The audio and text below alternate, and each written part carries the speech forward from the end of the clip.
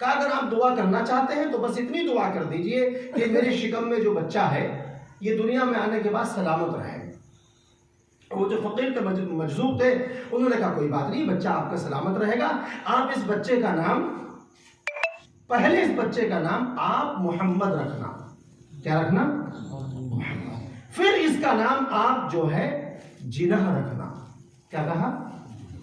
ذوالجناح۔ آپ اس کا نام یہ رکھنا۔ کسا بھی کیسی بات کرے، بس خاموش ہو جائے۔ اب بہرحال بچہ ہوا، بچہ پیدا ہونے کے بعد رسم ادا ہوئی، بڑا گھر تھا تو بچے کا نام نامدان ہوا، اس میں ان کا نام جو ہے ذوالجناح رکھا گیا۔ بچہ 1 سال ہوا، 2 سال ہوئے، 3 سال ہوئے، 4 سال ہوئے، بچہ بڑھتا چلا گیا، تعلیم میں بڑھے، عمر میں بڑھے، ہر چیز میں بڑھے۔ بڑھنے کے بعد انہوں نے بہت ساری ڈگری حاصل کی۔ جو یہاں پہ اسٹوڈنٹ ہیں، جو پڑھے لکھے لوگ ہیں، وہ جانتے ہیں کہ مسٹر جناح کتنے پڑھے ہوئے تھے۔ مسٹر جناح بہت زیادہ پڑھے لکھے تھے۔ ہندوستان کی تاریخ میں آج تک کسی نے ریلوے کے اوپر یہ کیس نہیں کیا کہ ریل اسٹیشن سے کب پہلے چلے جاتے، کسی نے کوئی آج تک کیس نہیں کیا۔ مسٹر جناح واحد ایسے شخص تھے جنہوں نے اس چیز کا کیس، آج بھی درج ہے ممبئی کے اندر، انہوں نے اس چیز کا کیس کیا تھا۔ بہرحال میں اس چیز میں نہیں جانا چاہتا، وہ یہاں سے چلے گئے۔ اب امام حسین علیہ السلام کے گھوڑے کی برکت سے وہ پیدا ہوئے، ہے نا؟ لوگ کہیں گے گھوڑے کی برکت سے کیسا پیدا ہو گئے؟ عزیزان محترم، ہمارے یہاں اعتراضات کی بوچھار ہے۔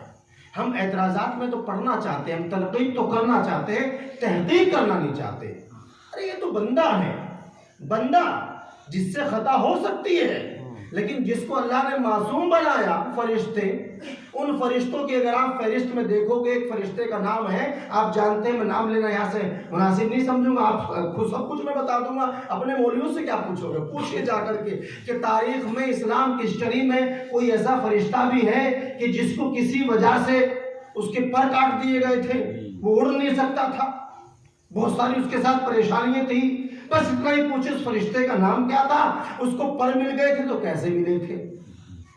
عزیزان محترم، حسین اتنا امپورٹنٹ ہے کہ حسین کے جھولے سے اگر بے بازو کا، بے پر کا فرشتہ اگر مس ہو جائے تو پروردگار اس کو پر عطا کر دیتا ہے۔ اب عزیزان محترم، یہ بٹوارا ہوا، مسٹر ادھر چلے گئے، جانے کے بعد آپ کو مسٹر لفظ بہت پسند تھا، اور عزیزان محترم جب گئے تو وہاں پہ جو ہے باقاعدہ قانون بنا، قانون میں انہوں نے بہت ساری چیزیں طے کی، کہا کہ ہمارے ملک میں جو ملک کے لیے اچھے کام کرے گا اس کو فلاں ایوارڈ دیا جائے گا، اس کا یہ نام ہوگا، اس کا، جیسے ہمارے ملک میں بھی ہے شری بھوشن، پدم بھوشن، نہ جانے کیا کیا نام ہمارے یہاں ہیں، تو وہاں کے بھی بہت سارے بھوشن، بہت سارے اس طرح کے انعامات ہیں۔ ان میں سب سے امپورٹنٹ انعامات جو ہے اس کا نام ہے نشان حیدر۔ کیا نام ہے؟ یہ نوٹ کرنے کی چیزیں ہیں۔ کیا نام ہے؟ نشان حیدر۔ بھائی آپ تو جو ہیں منسٹر ہیں، آپ تو مسٹر ہیں، آپ تو یہاں کے مالک کے پریسیڈنٹ ہیں، آپ کو امام سے کیا تعلق ہے؟ فوراً ایک عالم دین نے واقعہ پڑھا ہے کہ جب ان سے سوال کیا گیا، انہوں نے کہا کہ ہم قرآن کے ماننے والے ہیں۔ ان پہ کسی نے اعتراض کیا کہ آپ قرآن کے ماننے والے ہیں، ہم نے تو آپ کی زبان پر کبھی قرآن نہیں سنا ہے، ہم نے اگر کچھ سنا ہے آپ کی زبان پر تو ہم نے کبھی علی کا نام سنا ہے، کبھی حسین کا نام سنا ہے۔ مسٹر جناح کا جواب سنیے، آپ کو لطف آئے گا۔ مسٹر جناح نے کہا کہ مجھے یہ بتائیے، آج بڑے بڑے عالم جو 20-20 سال 30-30 سال تک قرآن کے اوپر ریسرچ کرتے ہیں، تحقیق کرتے ہیں، اس کو پڑھتے ہیں، وہ بھی قرآن کو پڑھنے کے بعد، تحقیق کرنے کے بعد جب قرآن ان کو کسی کو بتانا ہوتا ہے تو ان کو ڈکشنری کی ضرورت پڑتی ہے، ان کو لغت کی ضرورت پڑتی ہے۔ لیکن مجھے یہ بتائیے، وہ لوگ جن کو نہ بیٹھنے کا شعور ہے، فرش دیکھتے ہیں اس پہ بیٹھ جاتے ہیں، کوئی جنگل دیکھتے ہیں اس پہ بیٹھ جاتے ہیں، پہاڑ دیکھتے ہیں اس پہ بیٹھ جاتے ہیں، اور ایسا بیٹھتے کہ وہیں بیٹھ کر انہیں کسی چیز کی فکر نہیں ہوتی، نہ مسند کی فکر ہوتی ہے، نہ القاب کی فکر ہوتی ہے، بس وہ 2 نام رٹنا شروع کر دیتے ہیں، اٹھتے ہیں تو یا علی، بیٹھتے ہیں تو یا حسین، اٹھتے ہیں تو یا علی، بیٹھتے ہیں تو یا حسین۔ یہ بتائیے دنیا کو یا علی اور یا حسین سمجھانے کے لیے کون کون سی ڈکشنریوں کی ضرورت پڑتی ہے؟ میری بات شاید میں پہنچا نہیں پایا، سمجھا آپ لوگوں میں ہے۔ امام حسین اور مولا متقیان کو سمجھانے کے لیے کون سی ڈکشنری کی ضرورت پڑتی ہے؟ بہت سے لوگ اعتراض کرتے ہیں بال اتنے بڑے ہیں، ہاتھوں میں 10 انگوٹھیے ہیں، نہ کھانے کا شوق نہ بیٹھنے کا شوق۔ مولوی نے اعتراض کیا، کہا صاحب کن کے ساتھ آپ گفتگو کر رہے ہیں؟ ان کو تو کسی چیز کا شعور ہی نہیں ہے، یہ بیڑی پی رہے ہیں، یہ فلاں چیز کر رہے ہیں، یہ فلاں کر رہے ہیں۔ کہا مولوی مجھے تعجب ہے، تو اس کو پاگل بول رہا ہے؟ جس کے بال بڑے ہیں، جس کا یہی پتہ نہیں ہے کہ اس کی داڑھی میں کتنا گرد ہے، اس کے کپڑے کیسے ہیں، اس کو تو بیوقوف سمجھتا ہے۔ کہا اور کیا کہوں اس کو؟ کہ بیوقوف یہ نہیں، بیوقوف تو ہے، بیوقوف آپ ہیں۔ کہ میں کیسے بیوقوف ہو سکتا ہوں؟ میں نے قرآن کو حفظ کیا ہے، میں نے قرآن کا عالم ہوں، میں مفتی ہوں، میں فلاں ہوں فلاں ہوں۔ کہا یہی تو بات ہے کہ تو نے قرآن کا حفظ تو کر لیا، قرآن کا عالم تو ہو گیا، لیکن قرآن کی جو اصل بقا علی اور اولاد علی ہے تو اس سے دور ہو گیا۔ کیا مطلب کہنا چاہتے ہو؟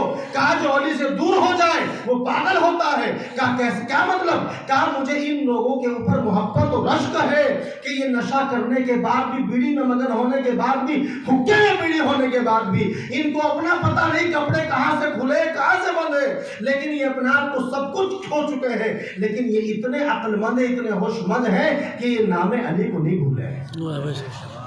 دیکھیے کلیئر کے دھنوں پہ جائیے، اجمیر دھنوں پہ جائیے، آج تو لوگوں کو بڑے اعتراض ہے اجمیر جانے سے، کلیئر جانے سے۔ بس یہ کہتے ہیں کہ ہندوستان میں اگر کوئی مرکز ہے دین کا تو کچھ لوگوں نے مرکز بنا لیا دیوبند میں، کچھ لوگوں نے بنا لیا بریلی میں، ہے نا؟ لیکن جس کو محمد مصطفیٰ نے بھیجا اس نے مرکز میں بنا کر دیا۔ کہ ہندوستان میں اگر رہنا ہے اور پکے ایمان کی پہچان کرانی ہے تو اجمیر کو اپنا مرکز ماننا پڑے گا۔ اگر اجمیر کو مرکز نہیں مانو گے تو تم عالم تو ہو سکتے ہو، قاری تو ہو سکتے ہو، کتنی بڑی پگڑی پہن سکتے ہو، لیکن وہ قرآن تمہارے حلق سے نیچے نہیں اترے گا۔ عزیزان محترم، مسٹر صاحب نے اس نشان کا نام نشان حیدر رکھا۔ لوگوں نے طرح طریقے سے اعتراض کیے، کہا اچھا یہ بتائیے کہ سب سے بڑا ایوارڈ آپ نے اس کو یہ دیا کہ جو ملک کے لیے فلاں کام کرے گا، سب سے بڑا کام کرے گا، اس کو نشان حیدر ملے گا۔ اب جو مجرم تھے، جو گنہگار تھے، ان کو تکلیف ہوئی کہ ہمارے لیے بھی کچھ ہونا چاہیے، ہمارے لیے بھی تو کچھ ہونا چاہیے، سزائیں ملتی ہیں لیکن سزائیں کاٹنے کے بعد ہمیں بھی کچھ ملنا چاہیے۔ تو مسٹر جناح صاحب اپنی کتاب کو بند کر چکے تھے، وقت ان کا آخر آ چکا تھا، وہ چلے گئے۔ ان کے جو ماننے والے تھے باقاعدہ ایک کمیٹی بیٹھی، پھر اس پر اعتراض ہوا کہ بھئی دیکھیں ایسا ہے مسلمانوں کے پاس بہت سارے نام رکھنے کے لیے بہت سارے ہیں، فلاں یہ ہیں فلاں یہ ہیں فلاں یہ ہیں، اس ایوارڈ کا نام چینج کر دیا جائے، بدل دیا جائے۔ کہ بھئی کیوں؟ کہ بھئی فلاں یہ ہیں فلاں یہ ہیں، ان کے نام پر بھی تو کچھ ہونا چاہیے۔ کہ بھئی دیکھیے جو جیسا ہوتا ہے اس کو ایسا نام مل جاتا ہے۔ بس میں اشارہ کر کے گزروں گا، نہیں پڑھوں گا، بہت سارے اعتراضات یہاں پر ہو جائیں گے اور ہو سکتا ہے میں تو کل چلا جاؤں گا، پھر آپ لوگوں کے ساتھ آپس میں بہت ساری گفتگو ہو۔ جو جیسا ہوتا ہے اس کو ایسا مقام و منزلت ملتی ہے، جو وہاں پہ اچھے کام کرتا ہے اس کو نشان حیدر ملتا ہے، اور جو غلط کام کرتا ہے آپ سب جانتے ہیں پوری دنیا میں کوئی مولا کا چاہنے والا ہو یا نہ ہو، لیکن جو برے کام کرتا ہے اس کو کیا ملتا ہے؟ کیا ملتا ہے بولو جی؟ اس کو بس پوری عمر کے لیے وہ قید ہو جاتا ہے، سمجھ رہے نا؟ تو عزیزان محترم، اگر آپ اپنے آپ کو بچانا چاہتے ہو، نشان حیدر لینا چاہتے ہو، چاہے تو دنیا میں لے لو یا رسول سے لے لو، ہے نا، تو آپ کو کیا کرنا پڑے گا؟ اہل بیت کے قریب آنا پڑے گا، اور اہل بیت کے قریب آپ معرفت کے ساتھ آئیے۔ کل بھی میں نے اپنی محفل میں کئی دفعہ کہا ہے کہ اہل بیت علیہ السلام کے پاس آپ معرفت کے ساتھ آئیے۔ اگر آپ کے پاس معرفت ہوگی تو کوئی آ کر کے آپ کو بہکائے گا نہیں، کوئی آ کے آپ کو اچک کے نہیں لے جائے گا۔ اور اگر معرفت نہیں ہوگی تو عزیزان محترم ایک واقعہ میں بچوں کے لیے بتا دیتا ہوں۔ ایک مولا کے بہت چاہنے والے تھے، بہت زیادہ، پورا گاؤں ان کا مخالف ہو گیا۔ کہا کہ اس شخص کو، اس کی عزت کو کس طریقے سے نیلام کیا جائے۔ تو انہوں نے ایک ષڈینتر رچا اور اس کے تحت انہوں نے اس شخص کے پیچھے کسی کو لگا دیا۔ اب وہ خاتون جو تھی ان کو ملی اور کہا کہ میرے پاس ایک گٹھری ہے، اس گٹھری کو آپ میرے گھر تک پہنچا دیجیے۔ وزن تھا ان کے پاس۔ وہ صاحب اپنے سر پہ اس گٹھری کو رکھ کے اور ان کے گھر لے کر کے گئے اور بتایا کہ یہ میرا گھر ہے۔ دروازہ کھولا تو وہ صاحب اندر چلے گئے۔ معرفت کی بات اور محبت کی بات آپ کو بتا رہا ہوں۔ وہ شخص اندر داخل ہوئے گیٹ کھلنے کے بعد، وہ خاتون پیچھے تھی، اس نے فوراً گیٹ بند کر دیا اور کہا کہ یہ سامان یہاں رکھ دیا۔ سامان رکھا، رکھنے کے بعد اس خاتون کو ان کو بدنام کرنا چاہتی تھی۔ اب گھر بند ہے، اکیلی عورت ہے، اب یہ کیسے بچ سکتے ہیں؟ اور اس نے اپنے جو کپڑے تھے ان کو پھاڑ لیا۔ پھاڑنے کے بعد اب یہ باہر جائیں گے تب بھی بدنام ہے، یہاں رہیں گے تب بھی بدنام ہے۔ لیکن اہل بیت کو انہوں نے معرفت کے ساتھ پہچانا تھا۔ انہوں نے اپنے مولا کی طرف لو لگائی، مولا کو یاد کیا، تو مولا نے ان کو بچنے کے بہت سارے راستے ان کے ذہن میں آئے ہوں گے، لیکن وہ باہر نہیں نکل سکے، دروازے سے ہٹ ہی نہیں رہی تھی وہ خاتون۔ اب انہوں نے کہا کہ اچھا ٹھیک ہے، آپ جو کہہ رہی ہیں میں اس پہ عمل کرنے کی تمنا کوشش کروں گا، لیکن مجھے استنجا لگا ہے۔ اب وہ صاحب استنجے خانے میں گئے اور وہاں جانے کے بعد انہوں نے اپنے آپ کو نجس کیا۔ پہلے جو استنجا خانے ہوتے تھے آپ جانتے ہیں قدمچوں والے ہوا کرتے تھے، اس میں گئے اور وہاں جانے کے بعد انہوں نے اپنے آپ کو پورا نجاست سے لپیٹ لیا۔ باہر نکل کے آئے، خاتون کی طرف بڑھے۔ اب آپ ایمانداری سے بتائیے، جس شخص کے کپڑوں کے اوپر نجاست لگی ہوئی ہو، کیا کوئی اس کو اپنے قریب بلانا چاہے گا؟ اب وہ خاتون نے دروازہ چھوڑ دیا، دروازے سے ہٹ گئی، اور یہ صاحب جو تھے دروازے سے نکل کے باہر نکل گئے۔ اب باہر جو نکلے تو باہر تو وہ پورا ہجوم تھا جو ان کی عزت کو مٹی میں ملانا چاہتا تھا۔ آج مولوی اور لوگ کہتے وہ تو عز من تشاء و تذل من تشاء بیدک الخیر انک علی کل شیء قدیر۔ ہم جانتے ہیں، مانتے ہیں عزت و ذلت کا مالک اللہ ہے، عزت و ذلت کا مالک اللہ ہے، لیکن اگر آپ اہل بیت کو چھوڑ کر خالی اللہ سے عزت ذلت مانگو گے نا، تو عزت ذلت دیتا تو اللہ ہی ہے، لیکن پہنچانے کا ذریعہ وہ اہل بیت کو بنایا ہے۔ آپ ان کو چھوڑ کے اگر مانگو گے نا، کتنا پڑھ لینا، کتنا آپ ہندوستان کی تاریخ کو پڑھیے، میں کسی کی طرف اشارہ نہیں کر رہا ہوں۔ آج تو سوشل میڈیا کا زمانہ ہے، ایک لمحے میں یہاں کچھ ہو جائے، دوسرے لمحے میں وہ آپ کسی دنیا کے کونے میں دیکھ لیجئے۔ کیا وہ عالم نہیں تھے جو اجمیر میں ہڑدنگ مچا رہے تھے؟ کیا وہ قرآن کے حافظ نہیں تھے؟ کیا ان کے پاس پگڑیاں نہیں تھی؟ کیا ان کے پاس امامے نہیں تھے؟ سب کچھ تھا۔ عزیزان محترم، وہ قرآن کے بہترین حافظ بھی تھے، نعرے بھی لگا رہے تھے، لیکن یاد رکھو ان کے پاس اللہ بھی تھا۔ بہت سخت الفاظ کہنے جا رہا ہوں، وہ اللہ کے ماننے والے بھی تھے، رسول کے ماننے والے بھی تھے، اہل بیت کے ماننے والے بھی تھے، غریب نواز کے ماننے والے بھی تھے، سب کچھ تھے، لیکن ان سب کے ماننے کے ساتھ ساتھ با ادب نہیں تھے، با ادب نہیں تھے۔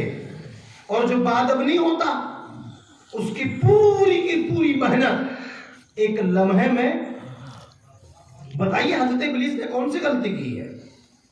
آپ تحقیق کریں، حضرت ابلیس نے کوئی غلطی نہیں کی ہے، صرف اتنی سی غلطی کی ہے کہ حضرت آدم علیہ نبینا علیہ السلام کی پیشانی میں یہ جو نور رکھا تھا، جس نور کو ہم کنٹینیو منا رہے ہیں، ہم کوئی اپنے باپ دادا کی کوئی ولادت منا رہے ہیں کیا؟ پتہ نہیں کتنے لوگ آپ یہاں پہ موجود ہیں جن کی عمر کافی ہو چکی ہے، ان کے اپنے آبا و اجداد کی ولادت کی تاریخ تو چھوڑیے، وفات کی تاریخ بھی یاد نہیں ہوگی، ہے نا؟ لیکن یہ محبت ہے نا، ہماری محبت کا تقاضا ہے کہ کل ہم نے مولا عباس کی ولادت منائی، پرسوں امام حسین کی منائی، آج جناب زینب کی منا رہے ہیں، 2-4 دن کے بعد پھر کسی اور امام کی منائیں گے، ہے نا؟ یہ محبت ہے۔ اب عزیزان محترم، ابلیس سے خطا کیا ہوئی؟ لوگ کہتے ہیں کہ اس نے آدم کو سجدے سے انکار کیا۔ سجدہ آدم کو تھا، اللہ جب چاہے کرا لیتے، جب چاہے خدا کرا سکتا تھا، لیکن آدم کی پیشانی میں یہ نور محمدی تھا، نور محمدی، سجدہ اس کو تھا۔ اگر سجدہ آدم کو ہوتا، آدم اتنے امپورٹنٹ ہوتے کہ وہ محمد آل محمد سے بڑے ہوئے تھے، تو پھر مجھے بتائے، تمام علماء مجھے یہ بتائے کہ جب آدم 900 سال تک دنیا میں آنے کے بعد روتے رہے تو اللہ نے ان کے رونے کو قبول کیوں نہ کیا؟ بتائیے، تاریخ بتا رہی ہے قرآن سے آپ کو بتا کے جاؤں گا کہ امپورٹنٹ کون ہے، معرفت کیا چیز ہے۔ عزیزان محترم، آدم 900 سال تک روتے رہے۔ تاریخ دانوں نے لکھا ہے کہ ان کے چہرے پر ان کے آنسوؤں کی وجہ سے ان کے رخساروں کے اوپر نشان پڑ گئے تھے، اور اتنا روئے کہ ان کے آنسو اکٹھے ہو گئی۔ چرند پرند وہاں آ کر کے اس پانی میں، ان آنسوؤں میں نہایا کرتے تھے اور چڑچڑاہٹ کیا کرتے تھے۔ آدم اور رویا کرتے تھے۔ اللہ سن ہی نہیں رہا ہے۔ بھاگو اہل بیت سے کتنے بھاگو گے؟ اور اصل اولاد کی پہچان یہ ہوتی ہے، نوجوانوں یاد رکھنا، اگر تم اصل اپنے ماں باپ کی اولاد ہو نا تو تمہیں اپنے ماں باپ کے مشن پر رہنا پڑے گا۔ اگر ماں باپ کے مشن سے ہٹ گئے تو کتنے بڑے عالم بن جانا، اصل نہیں کہلاؤ گے، اصل نہیں کہلاؤ گے۔ ہمیں تو اپنے باپ دادا کی سنتوں کو ادا کرنا ہے نا۔ جب آدم 900 سال روتے رہے، توبہ قبول نہ ہوئی، تو قرآن بتاتا ہے سورہ بقرہ کے اندر، بسم اللہ الرحمن الرحیم، فَتَلَقَّى آدَمُ مِن رَبِّهِ کَلِمَاتٍ فَتَابَ عَلَيْهِ۔ کلمات، پوری آیت چھوڑ رہا ہوں۔ مسلمان اکٹھے ہو کر کے بتائیں، تحقیق کر کے بتائے کہ آدم کی زبان پر وہ کون سے کلمے تھے جس کی برکت سے اللہ نے آدم کی توبہ کو قبول کیا۔ بتائیے کون سے تھے؟ اللہ اکبر، نعرہ رسالت، یا رسول اللہ، نعرہ حیدری، یا علی، حسینیت زندہ باد۔ کون سے کلمے تھے؟ حضرت علامہ جلال الدین سیوطی علیہ الرحمہ اس آیت کی شرح میں لکھتے ہیں کہ جب آدم روتے رہے تو آدم کے پاس اللہ نے جبرائیل کو بھیجا، کہا جاؤ جبرائیل کے پاس جا کر اذان دینا شروع کرو۔ اب پہچان لینا کس کی اذان کون سی ہے، میں کچھ آپ کو بتا کے نہیں جاؤں گا۔ عزیزان محترم، آدم کے پاس جبرائیل آئے، اللہ اکبر کہا۔ آدم تو جانتے ہیں اللہ ہے۔ اب تک کس سے مانگ رہے تھے؟ اللہ سے تو مانگ رہے تھے۔ کہا میں جانتا ہوں اللہ سب سے بڑا ہے۔ ابھی رو رہے ہیں۔ پھر حضرت جبرائیل نے کہا اشہد ان لا الہ الا اللہ، کہ یہ بھی جانتا ہوں، گواہی بھی دیتا ہوں۔ پھر انہوں نے اگلا جملہ پڑھا، اشہد ان محمد رسول اللہ۔ بس فوراً حضرت آدم نے کہا پروردگارا تجھے اس محمد کا واسطہ، واہ واہ واہ واہ، پروردگارا تجھے اس محمد کا واسطہ، تو محمود ہے، اس محمد کے واسطے میں مجھے بخش۔ اللہ کی رحمت جوش میں آئی، کہا آدم ہم تم سے کچھ خوش ہوئے۔ لفظوں پہ غور کرنا۔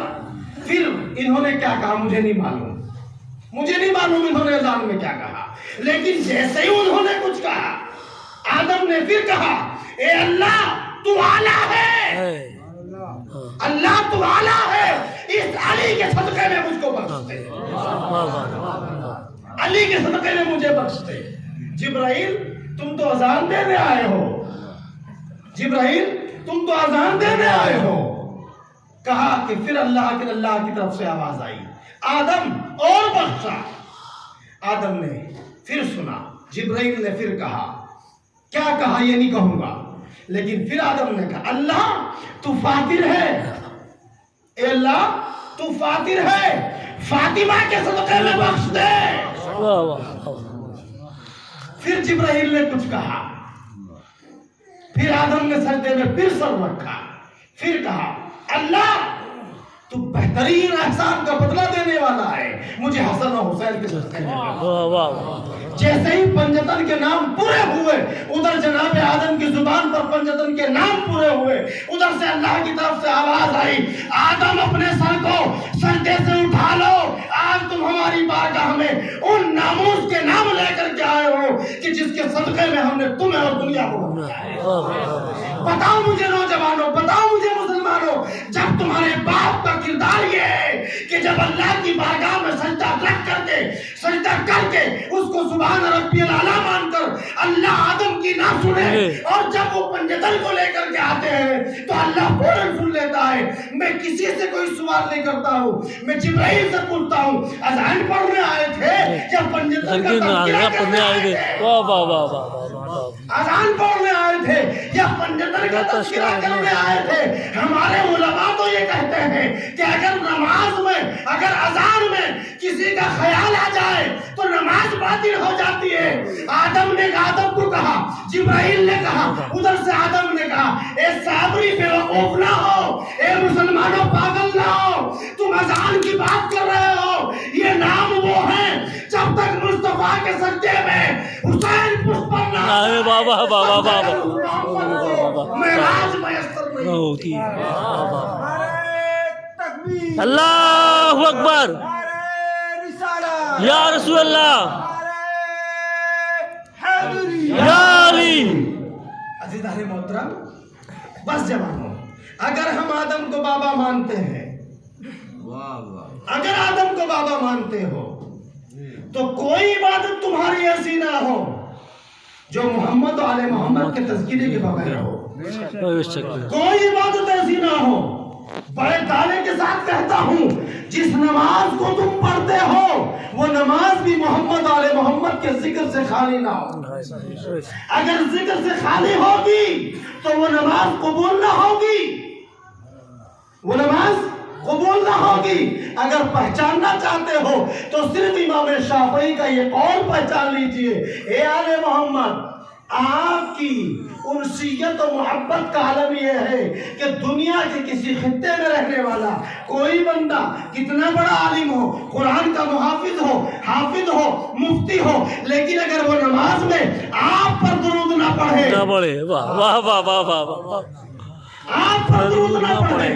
اب بزرگوں، نوجوانوں، اپنی بات کے اختتام کی طرف لا رہا ہوں۔ دنیا میں کسی عالم کو ماننا واجب نہیں ہے۔ آپ دیوبندی ہو رہو، آپ بریلوی ہو رہو، آپ مودودی ہو رہو، مجھے کوئی مطلب نہیں ہے۔ میرا مذہب و میرا مسلک محبت ہے، میرا مذہب، میرا مسلک محبت ہے۔ آپ کن فرقوں میں بٹے ہوئے مجھے کوئی اس سے مطلب نہیں ہے، لیکن دنیا کا کوئی عالم کسی فرقے کا، میں نے کل بھی کہا تھا اور آج بھی کہہ رہا ہوں، اگر یہ ثابت کر دے کہ عالم کا ماننا واجب ہے، اہل بیت کا ماننا ضروری نہیں ہے، تو آج میں اسلامی تمہارے مذہب کو مان لوں گا۔ کوئی عالم اگر اس چیز کا انکار کر دے، قرآن کی کوئی آیت نہیں ہے، ہاں قرآن کی ایک آیت ہے، اگر آپ کو ضرورت پڑے نا، پیٹ میں درد ہو تو کس کے پاس جائیں گے صاحب؟ ڈاکٹر کے پاس جائیں گے نا۔ سر میں درد ہو جائے تو ڈاکٹر کے پاس جائیں گے، ہماری گاڑی، موٹر گاڑی میں کچھ دقت ہے تو مکینک کے پاس جائیں گے، ہمیں علم کی ضرورت پڑی ہے، مسئلہ پوچھنا ہے تو کس کے پاس جائیں؟ کس کے پاس؟ بولو، زور سے بولو۔ میں آپ کی بات سے سہمت نہیں ہوں، آپ قرآن کے خلاف ہیں، سارے قرآن کے خلاف ہو۔ اسی لیے کہتا ہوں اگر حسینی ہو تو معرفت سے امام کو پہچانو، معرفت سے۔ ایک قرآن کی آیت پیش کیجیے، میرا نمبر لے نوٹ کر لیجیے، آپ بتائیے اگر کہیں لکھا ہو کہ اگر تمہیں سوال کوئی مسئلہ درپیش آ جائے تو عالم کے پاس جاؤ، نوٹ کیجیے، میں بتاتا ہوں آپ کو۔ قرآن کہہ رہا ہے فَاسْأَلُوا أَهْلَ الذِّكْرِ إِن كُنتُمْ لَا تَعْلَمُونَ، فَاسْأَلُوا أَهْلَ الذِّكْرِ إِن كُنتُمْ لَا تَعْلَمُونَ، اگر تم نہیں جانتے ہو، تمہارا کوئی سوال ہے، کس کے پاس جاؤ؟ کس کے پاس جاؤ؟ فَاسْأَلُوا أَهْلَ الذِّكْرِ، اہل ذکر کے پاس جاؤ۔ اگر سوال ہے، مسئلہ ہے، فَاسْأَلُوا أَهْلَ الذِّكْرِ، اہل ذکر کے پاس جاؤ۔ اہل ذکر کون ہے؟ کون ہے اہل ذکر؟ پوچھئے بھائی، اپنے عالموں سے پوچھئے، اہل ذکر کون ہے؟ اہل ذکر کی پہچان ہمارے بزرگوں نے یہ بتائی، ہمارے علماء نے یہ بتائی ہے کہ جس کی زبان پر ذکر ہو وہ اہل ذکر نہیں ہے۔ اہل ذکر وہ ہے جس کا دل مندر میں بیٹھا ہے، مسجد میں بیٹھا ہے، گردوارے میں بیٹھا ہے، چرچ میں بیٹھا ہے، امام بارگاہ میں بیٹھا ہے، محفل میں بیٹھا، کہیں پر وہ بیٹھا ہو، وہ وجود اس کا کہیں بھی ہو سکتا ہے، لیکن اس کا دل اس کے ذکر سے خالی نہ ہو، اس کے ذکر سے۔ یہ اہل ذکر ہے۔ آپ ان کے پاس جائیے، آپ کا اپنا سوال کہنے کی ضرورت ہی نہیں پڑے گی. شاید آپ کچھ بزرگ میرے یہاں پہ بیٹھے ہیں, اگر میں ایکسٹرا بول رہا ہوں تو معاف کیجئے گا. کئی لوگ آپ کی محفل میں ایسے آپ کو ملے ہوں گے, آپ کی زندگی میں ملے ہوں گے, آپ کا کوئی سوال تھا, آپ ان کے پاس گئے کہ صاحب چلو ہمارا ایک مسئلہ ہے, بہت جگہ ہم گئے حل نہیں ہوا, فلاں کے پاس جاتے ہیں تو حل ہو جائے. آپ وہاں پہنچے, وکیل صاحب گئے اور وکیل صاحب کو دیکھ کر کہا آئیے قریش میاں, حیران نہ ہو, کوئی بات نہیں ہے, یہ مسئلہ ایسے ہے. ابھی وکیل صاحب نے ظاہر نہیں کیا, اس کو کہتے ہیں اہل ذکر. جس کے پاس, جس کی آنکھیں, یہ جو آنکھیں ہیں نا, یہ تو سب کے پاس ہے. پادری کے پاس بھی ہے, مولوی کے پاس بھی ہے, پنڈت کے پاس بھی ہے, مولوی کے پاس بھی ہے, گرنتھی کے پاس بھی ہے, مولوی کے پاس بھی ہے. لیکن یہ آنکھیں سب کی کھلی ہوئی ہیں. جس کی آنکھ یہ کھل جائے, توجہ ہے, اور کیسے کھلے گی یہ کھلے گی کیسے؟ بزرگوں سے پوچھو, وارث پیا سے پوچھو, صابر پیا سے پوچھو, غریب نواز سے پوچھو, یہ کھلے گی کیسے؟ کہا یہ فلا فلا فلا یہ سب کر کے نہیں کھلتی آنکھیں. کہا یہ کھلتی کیسے ہے؟ کہا کہ یہ علی علی علی علی بابا بابا بے شک بے شک بے شک بے شک. وہ کسی نے کہا کہ علی والے جہاں بیٹھے, بولو, جہاں بیٹھے کیا بنا بیٹھے؟ جنت.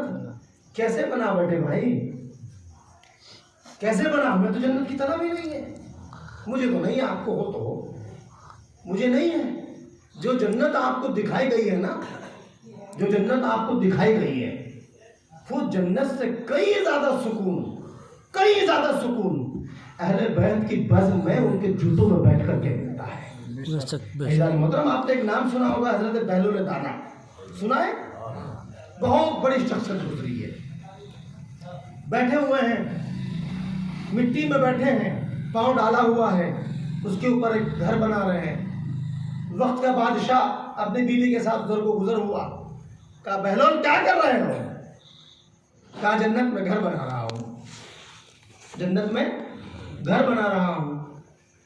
یہ واقعہ کسی اور سے معلوم کرنا, کسی اور سے معلوم کیجیے. کہا جنت میں گھر بنا رہے ہو؟ کہ ہاں. بادشاہ مسلمان تو تھا, معرفت نہیں تھی, معرفت نہیں تھی. جو بیوی تھی بادشاہ کی وہ معرفت والی تھی. کہا بہلول بیچو گے؟ کہ ہاں بیچیں گے. کہا کتنے میں بیچو گے؟ کہا اتنے میں بیچیں گے. سودا ہو گیا, خرید و فروخت ہوئی, چلے گئے. بادشاہ جس منزل پہ جا رہے تھے وہاں نہیں گئے. کہا تم بہت بیوقوف ہو, اس پاگل سے جو ہے وہ ندی میں بیٹھا گھر بنا رہا تھا, تم نے جنت کا گھر لے لیا اس سے. اپنی منزل پہ جانے سے پہلے پلٹ گئے. گھر آئے, شام ہوئی, رات ہوئی, لیٹے. ابھی جو بادشاہ ہے کیا دیکھتے ہیں کہ جنت میں بہت عالیشان محل بنے ہوئے ہیں. ان میں ایک سب سے خوبصورت محل ہے جو موتیوں سے بنا ہوا ہے, اور اس محل کے اوپر ان کی محترمہ کا نام لکھا ہوا ہے. اب ہر مسلمان کی عادت یہ ہے, معاف کیجئے گا, آپ مجھے نہیں معلوم آپ میں کون کون اس سنت پہ عمل کرتے ہیں, ہر مسلمان شادی کے بعد بیوی کو اپنی ملکیت سمجھتا ہے. اس کی بھی عادت تھی کہ بیوی کا مال میرا مال. اب وہ اس میں مکان میں, محل میں گھسنا چاہتے ہیں. رضوان نے پیچھے سے ڈنڈے لگائے, کہا گیٹ آؤٹ, آپ کو اندر نہیں آنا. کہا میری بیوی کا مال ہے, میں تو جا سکتا ہوں نا. کہا نہیں, بیوی کا مال ہوگا جہاں تمہارا ہوگا. کہا نہیں, یہ میری بیوی کا مال ہے, نام لکھا ہوا ہے میری بیوی کا. کہا اچھا تمہاری بیوی کا ہے, تو خریدا کس نے؟ خریدا کس نے؟ اگر آپ اس پہ اپنا حق جتا رہے ہو تو یہاں تمہارا نام ہونا چاہیے تھا. کہ نہیں, رقم انہوں نے اپنے حصے کی دی ہے. اب اپنے حصے کی رقم دی ہے تو یہ انہی کے حصے میں آیا. کہ بیوی اور میاں کا دونوں کا کوئی حصہ الگ الگ تھوڑی ہوتا ہے. کہ اگر الگ نہیں تھا تو وہاں خرید لیے ہوتے, الگ نہیں تھا تو خرید لیے ہوتے. بہرحال وہ اسی کشمکش پوری رات گزری اور صبح اٹھے, آنکھ کھلی, بے چین و پریشان, تڑپ رہے ہیں. تڑپتے تڑپتے انہوں نے حضرت بہلول کو تلاش کرنا شروع کیا. تلاش کرنا ہماری عادت یہی ہے, مسلمانوں کی اکثر و بیشتر عادت یہی ہے, جب تک آپ کسی سے کوئی چمتکار نہ دیکھ لو, سمجھتے ہیں نا, جب تک کوئی چمتکار نہ دیکھ لو تب تک اس کو مانو گے ہی نہیں. اور یاد رکھنا, اگر چمتکار دیکھ کر مانو گے تو کبھی ماننے والے نہیں بنو گے, بے شک بے شک. کبھی نہیں بنو گے. رسول نے اتنے بڑے بڑے چمتکار دکھائے, معجزے دکھائے کہ نیچے بیٹھ کر چٹائی پر چاند پر حکومت کر کے دکھائی, لیکن ابو جہل نہیں مانا, نہیں مانا. اللہ نے محترم, اب یہ پریشان, انہوں نے بہلول کو تلاشا, بہلول مل گئے. اب جب بہلول ملے, انہوں نے کہا بہلول ہمیں بھی ایک محل دے دیجیے. کہا ہمارے یہاں جو خرید و فروخت ہوتی ہے نا وہ دیکھ کر نہیں ہوتی, ہمارے یہاں خرید و فروخت دیکھ کر نہیں ہوتی بلکہ عقیدے کی بنیاد پر ہوتی ہے. مجھے بتاؤ, آپ نے کسی نے علی کو دیکھا؟ آپ نے اہل بیت کو دیکھا؟ نہیں دیکھا, لیکن محسوس ضرور کیا ہے. جب ٹھوکر لگتی تھی نا تو کسی کو یاد نہیں آتی تھی, نہ ماں نہ باپ نہ بھائی نہ بہن. ٹھوکر لگتی ہے تو زبان سے فوراً نکلتا ہے آدمی مدد. اس سے بڑی سچائی کیا ہو سکتی ہے؟ کوئی سچائی اس سے بڑی نہیں ہو سکتی.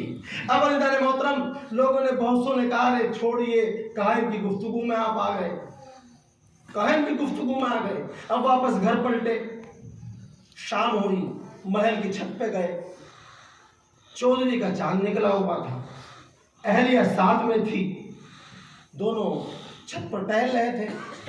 چاند کو دیکھا, چاند کو دیکھنے کے بعد بادشاہ نے کہا کہ بہت خوبصورت چاند ہے,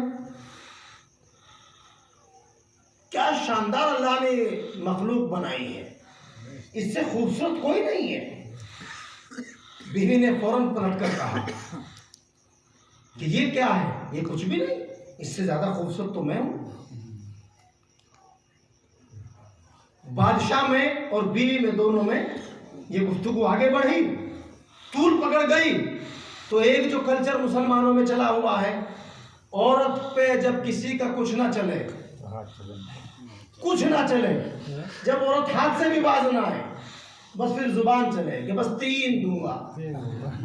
اور یہ 3 اتنے خطرناک ہیں جس کے یہاں آ گئے وہ برباد ہی ہو گیا, چاہے عورت کی زندگی میں آئے یا مرد کی زندگی میں آئے, اتنے خطرناک ہیں, ان کو پہچانو. عزیزان محترم, بس بادشاہ نے بھی یہ کیا, اگر تم خوبصورت ہو تو دلیل دو, ورنہ تمہیں 3. سمجھ گئے نا؟ تمہیں کتنا محبوب رشتہ ہے, کتنا معتبر, کتنا پیارا رشتہ ہے کہ جس رشتے پر بیٹی اپنا پورا پریوار چھوڑ دیتی ہے, بہن اپنے بھائیوں کو چھوڑ دیتی ہے, اتنے مقدس ترین رشتے کو بھی ان 3 نے نہ بخشا, چھڑوا دیا, توڑوا دیا. عزیزان محترم, معاملہ عورتیں محل کی پہنچی کہ صاحب عدت میں بٹھائیے. تو کیسی عدت, کون سی عدت, مجھے طلاق ہوئی نہیں. معاملہ بڑھا, سارے مولوی محلے کے اکٹھے کیے گئے, درباری ملا پہنچے, مسئلہ تو حل نہ ہوا. سب سے پوچھا, محبت بہت تھی بادشاہ کی, کہ صاحب کیا ہوا؟ میں نے ایسے ایسے کہا ہے کہ طلاق پڑ گئی. آپ نے کہا نا کہ ہاں, کہا کہ طلاق پڑ گئی, ہو گئی طلاق. اب بادشاہ نے کیا کیا, اپنے شہر کے علاوہ باہر کے مولوی بلائے, پورے علاقے کے مولویوں کو اکٹھا کر لیا. دیکھیں آج میرے ہاتھ میں گھڑی نہیں ہے, اگر آپ بور ہو جائیں تو مجھے اشارہ کریں, جاری رکھوں. جی بالکل. اللہم صلی علی محمد وعلی آل محمد. اب یہ معاملہ بڑھا, علاقے کے علماء کو اکٹھا کیا گیا, علماء کے علاقے کے علماء سے بھی مسئلہ حل نہ ہوا. اب عزیزان محترم, جب سب کو تلاش کیا, مفتی اعظم آئے, فلاں اعظم آئے, یہ اعظم آئے, کسی سے مسئلہ حل نہ ہوا, تو بھیڑ دیکھی, بہلول دانا اس گلی سے گزر رہے تھے, بھیڑ دیکھی, کیا معاملہ ہے بھائی, کیا ہوا؟ کہ صاحب ایسا ایسا ہو گیا. اب جناب بہلول دانا, سب کی جوتیاں وہاں نکلی ہوئی ہیں, جوتیاں نکالی اور لے کر اپنی بغل کے اندر وہ پہنچ گئے, قلعے کے اندر پہنچ گئے. اور قلعے میں جانے کے بعد,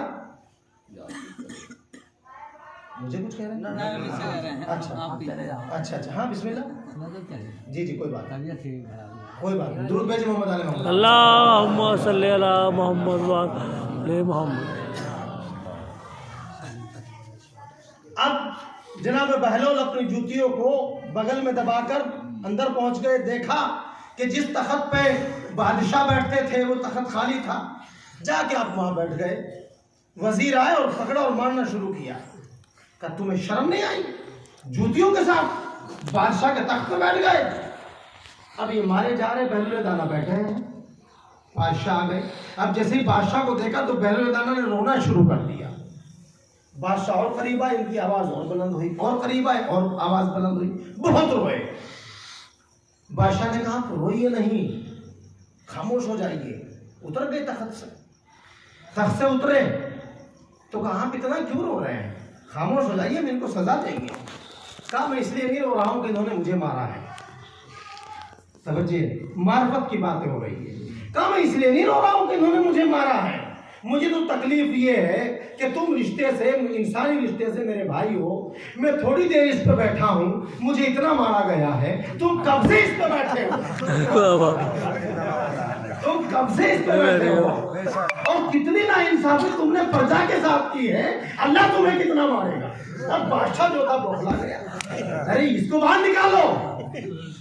اب عزیزان محترم، جب باہر نکالنے کی بات آئی تو کہا دیکھیے باہر تو ہم چلے جائیں گے، لیکن وہ جو آپ کو پیچس لگی ہوئی ہے اس کا ٹریٹمنٹ ہمارے پاس ہے، ہم علاج ہم نہیں کر سکتے ہیں۔ تو کیا بات ہے؟ کہا وہ جو طلاق پڑھا دی نا ان مولویوں نے، ہم اس طلاق کو جوڑ سکتے ہیں۔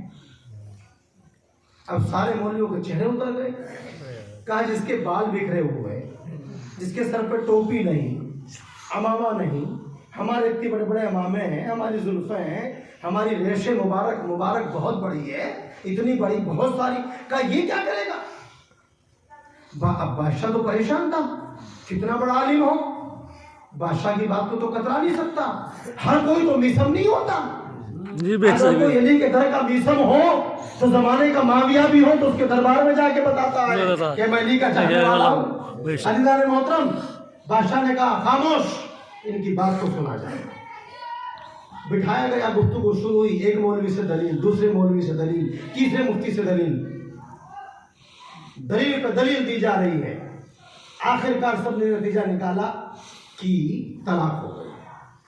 وقت ہوا نماز کا، اذان ہوئی، سب لوگ اٹھ کر کے مسجد کی طرف جانے لگے۔ کہا بہلول تم بھی چلو، تم بھی چلو۔ کہ چلے جائیں گے، کوئی دقت کی بات نہیں ہے، لیکن ہم نماز ان کے پیچھے پڑھیں گے نہیں۔ پھر کیا کرو گے؟ کہا ان کو پڑھائیں گے، ان کو پڑھائیں گے۔ اب مولوی جس کا لباس ریشم کا ہو، جو کئی کلو عطر لگاتا ہو، جو صبح سے شام تک 25 دفعہ داڑھی میں کنگھی کرتا ہو، وہ کہاں کسی بابا کے پیچھے نماز پڑھے؟ اب مولویوں کے پیٹ میں درد ہونا شروع ہو گیا۔ بہرحال بادشاہ کا حکم تھا، کہا جائیے بسم اللہ محراب میں پہنچے۔ کہا اس پوری محفل کے اندر جو سب سے بڑے عالم ہیں وہ پہلی صف میں آ جائے، ان سے چھوٹے جو عالم ہیں وہ دوسری صف میں آ جائے، ان سے چھوٹے جو عالم ہیں وہ تیسری صف میں چلے جائے۔ بہرحال نماز شروع ہوئی۔ جناب بہلول دانا نے اللہ اکبر کہا، ثنا پڑھی، سورہ فاتحہ پڑھی، اس کے بعد انہوں نے سورہ تین قرآن میں ایک سورت ہے 30ویں پارے میں، والتین والزیتون۔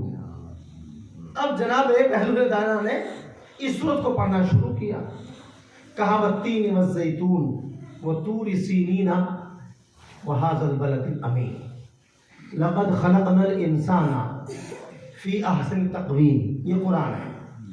بہلول دانا نے صحیح پڑھا، والتین والزیتون وطور سینین وہذا البلد الامین لقد خلقنا بولو کیا ہے؟ وہ کیا پڑھتے تھے؟ لقد خلقنا القمر فی احسن تقویم۔ چاند کو عربی میں کہتے ہیں قمر۔ کل آپ نے ولادت منائی نا، کیا کہا ان کا لقب تھے؟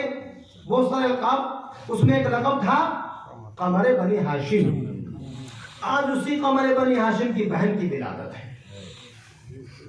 جناب بہلول کیا کہہ رہے ہیں؟ لقد خلقنا القمر فی احسن تقویم۔ جیسے یہ پڑھتے پیچھے سے مولوی لقمہ دیتا، لقد خلقنا الانسان، پھر آپ کہتے لقد خلقنا القمر پھر وہ لقمہ دیتے، پھر کہتے. وہ تو بہت سارا ٹائم گزر گیا. جناب بہلول دانا نے نیت توڑی. توجہ چاہوں گا، نیت توڑی، قبلے کی طرف سے رخ پلٹا. اب تک اللہ کی طرف رخ تھا، اب ملوں کی طرف رخ کیا، اور ملوں کی طرف رخ کر کے کہا جب لقد خلقنا الانسان ہے تو پھر اس کو طلاق کیسے ہوئی ہے؟ طلاق کیسے ہوئی ہے؟ کیا معاملہ ہے؟ کیا اس کا مطلب یہ ہے کہ اللہ نے سب سے بہترین، سب سے احسن، سب سے اچھا انسان کو بنایا ہے؟ بادشاہ نے کیا کہا کہ چاند اچھا ہے، خاتون نے کیا کہا انسان اچھا ہے. کبھی طلاق کیسے ہوئی؟ طلاق کیسے ہوئی؟ بس میری گفتگو تمام. کبھی بھی کسی کی لباس میں، کسی کی پگڑی میں، کسی کی ٹوپی میں مت جانا، چمتکاروں کے پیچھے نہ رہنا. کردار سے پہچانو یہ انسان کون ہے. اگر اس کا کردار بلند ہے تو اس کو مومن سمجھنا، اس کو مومن سمجھنا. ورنہ یاد رکھنا آج یزید تمہارے درمیان تلوار لے کر نہیں آئے گا. آج یزید کے پلے تمہارے درمیان میں کوئی دھار لے کر نہیں آئیں گے، بلکہ حسینی لبادہ لگا کر تمہارے درمیان آئیں گے. ان کو پہچانو. یہ مت دیکھو کوئی کلیر سے آیا ہے، یہ مت دیکھو کوئی اجمیر سے آیا ہے. کوئی کچھ بھی ہو سکتا ہے، کوئی بابل ہو سکتا ہے، کوئی بلبل ہو سکتا ہے، کوئی چلبل، کچھ بھی ہو سکتا ہے. لیکن یاد رکھو ماننے کے لیے کسی کا صابری ہونا، کسی کا کچھ ہونا یہ ضروری نہیں ہے. اس کو پرکھنے کے لیے یہ دیکھو کہ علی اور علی کے بابا کو کیا مانتا ہے. واہ واہ، بے شک بے شک. کتنے بڑے القاب اس کے ساتھ لگے ہوئے ہیں. کوئی مفتی ہے، اس سے پوچھو علی کے بارے میں کیا خیال رکھتے ہو، وہ کہے گا میں تو علی کو مانتا ہوں. کوئی، میں نے کل کی محفل میں کہا تھا، کوئی انکار نہیں کرے گا. مسلمانوں کی بات نہیں کر رہا ہوں، مسلمانوں سے الگ جاؤ، کوئی انکار نہیں کرے گا. مسلمانوں کے تو مقدر میں یہ آیا ہے کہ انہوں نے محمد اور علی محمد کی صرف اور صرف توہین کی ہے. خدا کی قسم اگر آپ دوسروں کا کریکٹر پڑھو گے نا، ایک سے ایک کرسچن نے اہل بیت کے بارے میں اچھا لکھا. بابا گرو نانک دیو جی علیہ رحمت و رضوان نے امام حسین کے بارے میں اتنی بہترین وانی لکھی ہے، اتنی بہترین وانی لکھی ہے کہ میں سمجھتا ہوں اگر اس کو مردوں پہ پڑھ دیا جائے تو وہ زندہ ہو جائے. لیکن مسلمان ہر وقت ٹانگ کھینچنے میں لگا ہوا ہے. نہیں، امام حسین کا یہ مرتبہ نہیں ہے، مولا کائنات کا یہ مرتبہ نہیں ہے. آپ کو ہو کیا گیا ہے بھائی؟ ارے آپ ہوتے کون ان کا مرتبہ گھٹانے والے؟ جس کا مرتبہ اللہ نے بلند کیا ہو، جس کا مرتبہ اللہ نے بلند کیا ہو، کون ہوتا ہے اس کو گھٹانے والا؟ ہے عزیزان محترم. بس آج سے یہ گفتگو کیجیے. آپ علی کو جانتے ہو؟ کہاں جانتے ہیں؟ علی کو مانتے ہو کہ ہم مانتے ہیں؟ اچھا کس نہج پہ علی کو مانتے ہو؟ فوراً وہ مسلمان ہے تو ظاہر سی بات ہے وہ یہ کہے گا میں نے بخاری میں یہ پڑھا ہے، میں نے مسلم میں یہ پڑھا ہے. اب اس سے یہ پوچھے گا مسلم اور بخاری میں یہ پڑھا ہے تو آپ اپنے عقیدے کے اعتبار سے بتاؤ، ایک ہاتھ میں علی ہے یا دونوں ہاتھوں میں علی ہیں؟ ایسا تو نہیں کہ ایک ہاتھ میں علی اور دوسرے ہاتھ میں دشمن علی موجود ہو. دشمن علی اس کو پہچانیے. اگر دونوں ہاتھوں میں اس نے لڈو لیے ہوئے ہیں تو اس کو سمجھانے کی کوشش کیجیے. اور سمجھا کب پاؤ گے؟ جب آپ کا تعلق ذکر سے ہوگا، معرفت سے ہوگا. اور بزرگوں کی ہسٹری پڑھنا. اہل ذکر کون ہے؟ اہل ذکر بتایا گیا. جب یہ آیت نازل ہوئی تو اصحاب نے پوچھا، الاتقان فی علوم القرآن، قرآن کی شرح لکھی ہے، اس کے اندر یہ واقعہ موجود ہے. اصحاب نے پوچھا یا رسول اللہ یہ اہل ذکر کون ہے، کس کے پاس جائیں ہم؟ کہا بس یہ دیکھنا جو گفتار میں، توجہ، جو گفتار میں، جو رفتار میں، جو کردار میں شبیہ مصطفیٰ ہو، شبیہ مصطفیٰ ہو. جب ہم نے دیکھا کہ گفتار میں شبیہ مصطفیٰ کون ہے، ہمیں علی سے بڑھ کر کوئی نظر نہیں آیا. جب ہم نے دیکھا کہ رفتار مصطفیٰ میں کون ہے شبیہ، ہم نے علی سے بڑھ کر کسی کو نہ پایا. جب ہم نے دیکھا کہ امین میں، امانت میں، صداقت میں، ریاضت میں مصطفیٰ کی جیسی سیرت کس کے پاس ہے، علی سے بڑھ کر ہمیں کوئی نہ ملا. کوئی نہ ملا. یہ الگ بات ہے، مسلمانوں نے کچھ کو چن لیا ہے اور بڑے بڑوں کو مانا ہے۔ بس میں ایک واقعہ، اگر آپ غور نہ ہوئے تو ایک گفتگو اور آپ کی بات۔ عزیزان محترم، آپ تاریخ اٹھائیے، مسلمانوں کے ساتھ یہ المیہ ہے کہ وہ یہ کہتے ہیں کہ اگر نبی کے بعد کوئی نبی ہوتا، نبی کے بعد کوئی نبی ہوتا تو حضرت عمر ہوتے۔ مجھے اعتراض نہیں ہے، مجھے تو اعتراض نہیں ہے، البتہ اگر کسی کو ہو آئیے، یہ ہمارے ڈاکٹر صاحب بیٹھے ہوئے ہیں، یہ کہیں جا رہے ہیں 4 دن کے لیے، 5 دن کے لیے، 1 مہینے کے لیے، ابھی میرے ساتھ جا رہے ہیں، چلے میں جا رہے ہیں 40 دن کی جماعت میں، ان کا کلینک موجود ہے۔ انہوں نے اپنے کلینک پہ کس کو بٹھانا ہے؟ بولو بھائی، کس کو بٹھائیں گے؟ وکیل صاحب کو بٹھائیں گے؟ کسی نے LLB کی ہوئی ہے، کسی نے PhD کی ہوئی ہے فزکس میں، اس کے پاس ان سے بہت بڑی ڈگری ہے، انہوں نے DNYS کیا ہے، کسی نے کچھ اور کیا ہے، انہوں نے BMS کیا ہے، کسی نے اور کچھ کیا ہے، بڑی ڈگری ہے، اور یہ کہنے لگا کہ صاحب میں جا رہا ہوں 40 دن کے لیے، میری دکان پہ LLB کیے ہوئے صاحب بیٹھیں گے۔ ایمانداری سے بتائیے آپ کیا کہیں گے ان کو؟ بولو کیا کہیں گے آپ ان کو؟ چلو اگر شرم کے مارے آپ نے کچھ نہ کہا، ان سے تھوڑی بہت ہی آپ کو انسیت تھی، محبت تھی، نہیں کہا، لیکن دوائی لینے پہنچ جاؤ گے کہ ان کے بعد ان کے مطلب نہیں پہنچیں گے نا؟ اگر پہنچ بھی گئے تو کہاں جانا پڑے گا؟ جس صاحب کے پاس پہنچے ہیں نا وہ آپ کو دوائی نہیں دے گا، ہو سکتا ہے سلاخوں کے پیچھے پہنچا دے، جس کے پاس جو ڈگری ہے اسی کے اکارڈنگ وہ کام کرے گا۔ اب مجھے بتائیے، حضرت عمر کے پاس اگر رسول جیسا علم ہے، رسول جیسا علم ہے تو بٹھائیے، ہمیں تو انکار نہیں ہے، ہمیں انکار ہی نہیں ہے۔ ایک مرتبہ حضرت عمر کی خلافت کا زمانہ ہے، ایک قضیہ وہاں پہ پیش ہوا، ایک بندے نے شکایت کی، کہا صاحب اس فلاں بندے نے مجھے میری ماں کی شان میں گستاخی کی ہے۔ معاملہ حضرت عمر رضی اللہ تعالیٰ عنہ کے پاس پہنچا، کیونکہ وقت کے خلیفہ ہیں، پہنچا ان کے پاس، آپ نے سزا سنا دی کہ اس کو سنسار کیا جائے۔ اب وہ رو رہا ہے اور تڑپ رہا ہے، اور روتے روتے وہ یہ کہہ رہا ہے کہ تم نے میرے ساتھ عدل نہیں کیا ہے، تم نے میرے ساتھ انصاف نہیں کیا ہے۔ اب جیسے یہ آواز مولا کائنات کے کانوں میں پہنچی، مولا کائنات نے اس کو روکا، کیا بات ہے؟ قضا مجھے سنسار کرنے کی حکم ہوا ہے خلافت سے۔ آپ پہنچے دربار میں، اور دربار میں جانے کے بعد آپ نے قرآن کی 24 آیتیں پیش کی۔ کتنی؟ 24۔ قرآن کی 24 آیتیں پیش کی۔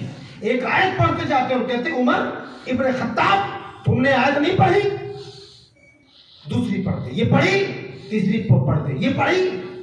کیا ناحق کسی کی جان لینا کون سا گناہ ہے؟ کون سا گناہ ہے؟ کہ جان کے بدلے جان، کہ اگر اس کی جان چلی جائے تو کون جان دے گا؟ آدیش تو آپ نے دیا ہے، حکم تو آپ نے دیا ہے نا، کہ پھر کیا کیا جائے؟ کہ کیا اس کی سزا کیا ہے؟ اس کا گناہ کیا ہے؟ کہ اس کی گناہ یہ ہے کہ اس فلاں بندے نے اس کی ماں کی شان میں گستاخی کی ہے۔ کہ کیسے کی ہے؟ کہ میں رات میں سو رہا تھا، مجھے خواب آیا اور خواب میں نے یہ دیکھا۔ مولا متقیان نے کہا کہ خواب کی سزا اور ہے، زنا کی سزا اور ہے۔ اگر زنا کی جائے تو فزیکل طور پر اس کو پتھر مارے جائے، سنسار کیا جائے، اس نے خواب دیکھا ہے، تو پھر اس کی سزا کیا ہے؟ کہا اس کو دھوپ میں کھڑا کیا جائے، توجہ، اس کو دھوپ میں کھڑا کیا جائے، اور اس کے دھوپ میں کھڑا کرنے کے بعد اس کا جو سایہ ہے، پرچھائی ہے، اس کے اوپر پتھر مارے جائے، اس کے اوپر پتھر مارے جائیں۔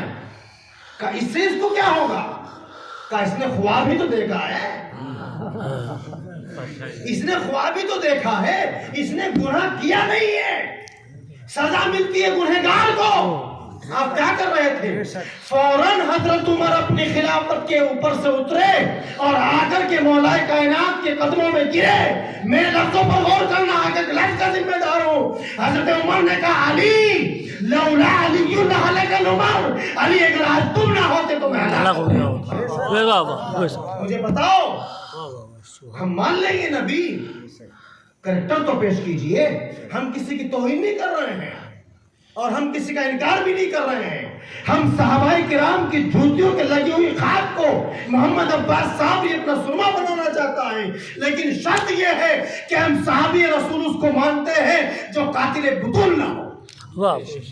اگر کوئی قاتل بطول ہے ہم اس کو صحابی رسول نہیں مان سکتے. اگر کسی نے اہل بیت کو تکلیف پہنچائی ہے، وہ قرآن کا حافظ ہو، عالم ہو، کچھ بھی ہو، وہ سب کچھ ہو سکتا ہے لیکن کبھی مومن نہیں ہو سکتا. میں نہیں کہہ رہا ہوں، قرآن کہہ رہا ہے کہ اگر تم نے ہر چیز سے زیادہ محمد علیہ محمد کو افضل نہ سمجھا تو تمہارا ایمان مکمل نہیں ہوگا. اب اگر آپ تکلیف پہنچا رہے ہیں تو آپ کا ایمان مکمل نہیں ہے. بس بحث و مباحثہ، گفتگو، یہ ساری چیزیں، جھگڑے سب بند کیجئے، شکوے کرنے بند کیجئے. کل بھی میں نے کہا اگر مولا کے چاہنے والے ہو تو شکوے نہ کرو.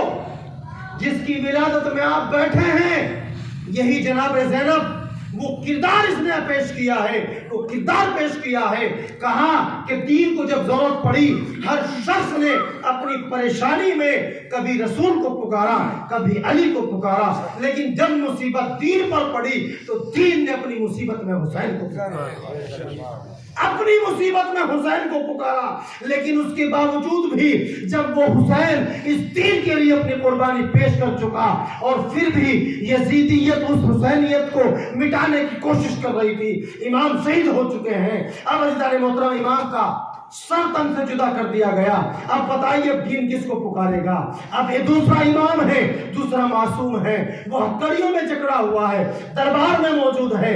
ایک مرتبہ دربار کے اندر یہ اہل بیت کا قافلہ موجود ہے، آگے آگے امام ہے، پیچھے پیچھے جناب زینب ہے.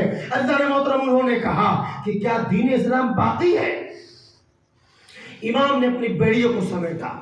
آپ نے وہ خطبہ سنا ہوگا کہ جناب زینب جس کی چادر چھن گئی تھی، جس کی مسلمانوں نے ردا چھین لی تھی، وہی جناب زینب اس بھرے دربار کے اندر کھڑی ہوتی ہے اور کہتی ہے تو یہ چاہتا ہے کہ مشن محمد مٹ جائے؟ مشن محمد کبھی نہیں مٹ سکتا. اگر تجھے پہچاننا ہے ابھی کچھ ٹائم کے بعد مسجد تیری ہوگی، مائک تیرا ہوگا، مؤذن تیرا ہوگا، مولوی تیرا ہوگا، لیکن اس مائک اور مؤذن کی زبان تیری ہوگی جس نے اشرفیت تیری لی، نوکری تجھ سے لی، لیکن تذکرہ میرے نانا کا ہوگا. اس کو کردار جناب زینب کہتے ہیں جس نے دربار کے اندر یزید کو للکارا اور کہا کہ تو یہ سمجھتا ہے میرے بھائی کو تو نے شہید کر کے دین کو مٹانا چاہا، تو نے دین ختم کر دیا. نہیں، دین جب تک ختم نہیں ہو سکتا جب تک زینب کی بازوؤں میں دم ہے. یہ زینب جب آج تک تو امام حسین کے پاس صرف دین اسلام بچانا تھا، لیکن اس زینب کے پاس ایک طرف دین اسلام ہے اور دوسری طرف حسین کی شہادت ہے.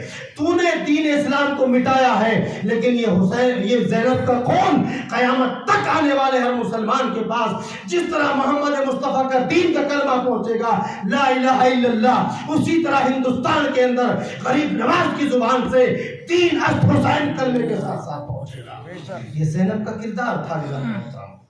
خالی پڑھنے کے لیے، واہوا کرنے کے لیے، سننے کے لیے اہل بیت کو کبھی ان کے قریب نہ جانا، بلکہ اہل بیت کے قریب جب جاؤ تو معرفت کے ساتھ جاؤ، توجہ کے ساتھ جاؤ. جب بھی ان کی بارگاہ میں آؤ، یہ وہ مقدس بارگاہ ہے. یہاں آنے کے لیے کسی کو پی ایم بننے کی ضرورت نہیں ہوتی، کسی کو سی ایم بننے کی ضرورت نہیں ہوتی. یہاں آنے کے لیے ماں کا پاک دامن ہونا ضروری ہے. عزیزان محترم، جب بھی اس فرش پر آیا کرو نا، جب بھی اس چار دیواری کے قریب آیا کرو نا، اپنا ذہن بھی پاک لے کے آیا کرو، اپنی زبان بھی پاک لے کے آیا کرو، اپنا دل بھی پاک لے کر کے آیا کرو. کیونکہ عزیزان محترم، اس چار دیواری کے آنے کے بعد، اس امام بارگاہ میں آنے کے بعد، اس زینب کی چوکھٹ پر آنے کے بعد ہمیں زبان سے کچھ کہنے کی ضرورت نہیں پڑتی. زینب اس شخصیت کا نام ہے، حسین اس شخصیت کا نام ہے کہ ادھر ہماری دل میں کچھ آتا ہے، ادھر میرا امام پہچان لیتا ہے. بے شک. بس عزیزو میری گفتگو تمام، بس میں آج کی محفل میں یہی آپ کو پیغام دینا چاہوں گا کہ اہل بیت علیہ الصلوۃ والسلام کو ہاتھ جوڑ کر کہہ رہا ہوں، معرفت کے ساتھ مانیے، ان کو پڑھیے، ان کو پہچانیے۔ کم از کم جب آپ یہاں سے اب جائیں، کوئی مخالف آپ سے یہ پوچھ لے کہ جناب زینب پیدا کب ہوئی، سن کون سا تھا، تاریخ کون سی تھی، آپ کے پاس یہ ساری ہسٹری ہونی چاہیے کہ آپ کے سامنے کتنا بڑا ظالم آ جائے، آپ ایک لمحے کے اندر اس کی زبان کو بند کرتے۔ یہ کب ہو سکتا ہے؟ رونا دھونا چھوڑیے، یہ شکوے شکایت چھوڑیے، اب اپنے آپ کو آگے لائیے۔ ان بندروں سے، بنی امیہ کے بندروں سے آپ ان جلسوں کو، تقریروں کو کرا کے ختم نہیں کر سکتے۔ ان بندروں کو، ان بندروں سے اگر آپ کو لڑنا ہے، یہ میں نہیں کہہ رہا ہوں، حدیث کہہ رہی ہے، ایک زمانہ آئے گا منبر محمد مصطفیٰ کا ہوگا، اس کے اوپر بنی امیہ کے بندر ناچیں گے۔ آج تو یہی ہو رہا ہے۔ جمعہ کس کا، مسجد کس کی، نام کس کا لیا جا رہا ہے، لیکن تذکرے کس کے ہو رہے ہیں؟ ان ساری چیزوں کو اگر ختم کرنا ہے تو اپنے ادارے قائم کیجئے، اپنے بچوں کو ایسے اداروں میں پڑھائیے جہاں پر دنیا کی تعلیم کے ساتھ ساتھ ان کو اہل بیت کی تعلیم مل سکے، جہاں پر یہ بتایا جائے کہ یہ اہل بیت کے محب ہیں، یہ اہل بیت کے دشمن ہیں۔ اہل بیت سے میں نے پہلے بھی کہا کوئی نہیں بھاگ سکتا، لیکن پہچانیے دشمن کون ہے، دوست کون ہے۔